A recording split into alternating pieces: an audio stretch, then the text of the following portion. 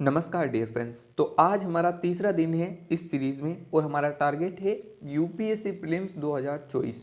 देखिए my dear friends, अगर इस सीरीज़ से आप लोगों की ज़रा भी हेल्प हो रही है तो प्लीज़ कमेंट करें और इस वीडियो को अपने हर फ्रेंड्स के साथ शेयर ज़रूर करें। और साथ ही अगर इसमें कुछ इम्प्रूवमेंट करना हो तो वो भी आप कमेंट करें। हम रोज़ के प्रीलिम्स के 5 क्वेश्चन देख रहे हैं, आपको पता होगा। देखिए, आज का पहला क्वेश्चन क्या है कि भारतीय संविधान के अंतर्गत धन का केंद्रीकरण किसका उल्लंघन करता है। यानी कि आपको ये बताना है कि हमारे भारतीय संविधान में किस भाग में या फिर किस आर्टिकल में धन के केंद्रीकरण की बात कही गई है, ये आपको कमेंट करना है। तो बताइए, समता का अधिकार, राज्य की नीति निर्देशक तत्व, स्वतंत्रीय का अधिकार और कल्याण का अधिकार। इसका जो राइट आंसर है वो है राज्य की नीति निर्देशक तत्व है, क्योंकि आपको पता होगा आर्टिकल 39 में ये बात कही गई है और वो 39 राज्य की नीति निर्देशक तत्व में ही आता है। तो चलिए देखते हैं। देखिए, अब हमने यहाँ पर आपको कंप्लीट एक्सप्लेनेशन दे दिया है कि धन और उत्पादनों के साधनों का संकेंद्रण रोकना अनुच्छेद 39 में है, तो इसीलिए ये कहा गया है। अब चलिए क्वेश्चन नंबर 2 पर चलते हैं।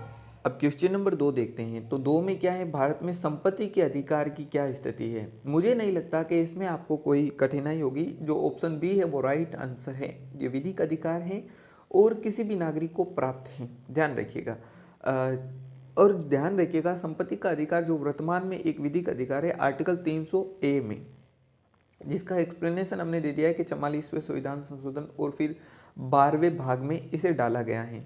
ठीक है, फिर अब चलते हैं क्वेश्चन नंबर 3 की तरफ। देखिए क्वेश्चन नंबर 3 क्या है कि संवैधानिक सरकार, ध्यान दीजिएगा, संवैधानिक सरकार का आशय क्या है। ये क्वेश्चन मैं आपको पहले भी एक बार बता चुका हूँ, लेकिन फिर भी इस बार देखते हैं। देखिए, किसी राष्ट्र की परिसंघीय संरचना वाली एक प्रतिनिधि सरकार, कोई सरकार जिसके प्रमुख के पास नामात्र की शक्तियां हो, कोई सरकार जिसके प्रमुख के पास वास्तविक शक्तियां हो, और कोई सरकार जो संविधान की सीमाओं से परिबद्ध हो। इसका आंसर आप लोगों को कमेंट करना है, मैं नहीं बताने वाला हूं अभी। तो देखते हैं आज का चौथा क्वेश्चन। निम्नलिखित कथनों पर विचार कीजिए। कथन कौन कौन से हैं और किसके संदर्भ में, ये ध्यान देना। देखिए, एच.एन. सान्याल समिति की रिपोर्ट के अनुसरण में न्यायालय की अवमानना अधिनियम 1971 पारित किया गया, ये कह रहे हैं। फिर दूसरा कथन, भारत का संविधान उच्चतम न्यायालय और उच्च न्यायालयों को अपनी अवमानना के लिए दंड देने हेतु शक्ति प्रदान करता है। आपको ध्यान दीजिएगा, कथनों पर विचार करना है। अभी हम देखेंगे क्या पूछ रहा है। तो ये पूछेगा, और फिर भारत का संविधान सिविल अवमानना और आपराधिक अवमानना को परिभाषित करता है और भारत में न्यायपालिक न्यायालय की अवमानना के विषय में कानून बनाने के लिए संसद में शक्ति निहित है। अब आपको बताना है कि इनमें से कौन सा से कथन सही है। कमेंट कीजिए अपना आंसर। आपके पास ऑप्शन है ए 1 और 2, ऑप्शन बी है 1 2 4, ऑप्शन सी है 3 4, ऑप्शन डी है केवल 3। यहाँ पर बी ऑप्शन राइट है, 1 2 3 4। चलिए अब देखिए, देखते हैं कैसे। देखिए, कथन एक सही है कि हाँ सही है, 1971 में एच.एन. सान्याल समिति की सिफारिश पर ही पारित हुआ। फिर कथन 2 भी सही है, क्योंकि अनुच्छेद 129 में सर्वोच्च न्यायालय को स्वयं की अवमानना के लिए दंड करने की शक्ति प्रदान है। और अनुच्छेद 142(2) में सर्वोच्च न्यायालय को किसी भी व्यक्ति को उसकी अवमानना के लिए जांच करने व दंडित करने में सक्षम बनाता है।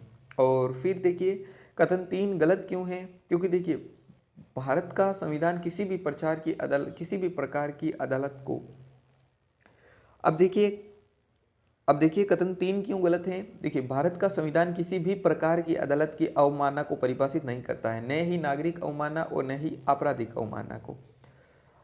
अब चलिए क्वेश्चन, हमारा आज का फाइनल क्वेश्चन, ये आप लोग पढ़ सकते हो ये सारी चीज़ें, ठीक है ना। आपको पीडीएफ लिंक में डिस्क्रिप्शन में दिए हुए लिंक पर मिल जाएंगे। लोग देखते हैं क्वेश्चन 5, जो आज का हमारा फाइनल क्वेश्चन है। इस क्वेश्चन में न्यायालय द्वारा जारी रीटों के बारे में पूछा गया है। अब आप लोगों को जो है सुप्रीम कोर्ट की और हाई कोर्ट की रीट कौन कौन सी जारी करता है, किस आर्टिकल के द्वारा जारी करता है, ये आपको कमेंट करना है। अब देखिए, चलते हैं पहले ऑप्शन की तरफ। किसी प्राइवेट संगठन के विरुद्ध जब तक कि उसको कोई सार्वजनिक कार्य नहीं सौंपा गया हो, परमादेश नहीं होगा। किसी कंपनी के विरुद्ध, भले ही वह कोई सरकारी कंपनी हो, परमादेश नहीं होगा। ऑप्शन 3 क्या है, कोई भी लोक प्रवण व्यक्ति अधिकार परीक्षा रिट प्राप्त करने हेतु न्यायालय में समावेदन करने के लिए याची हो सकता है। और अब आपको बताना है कि इनमें से कौन सा सही है।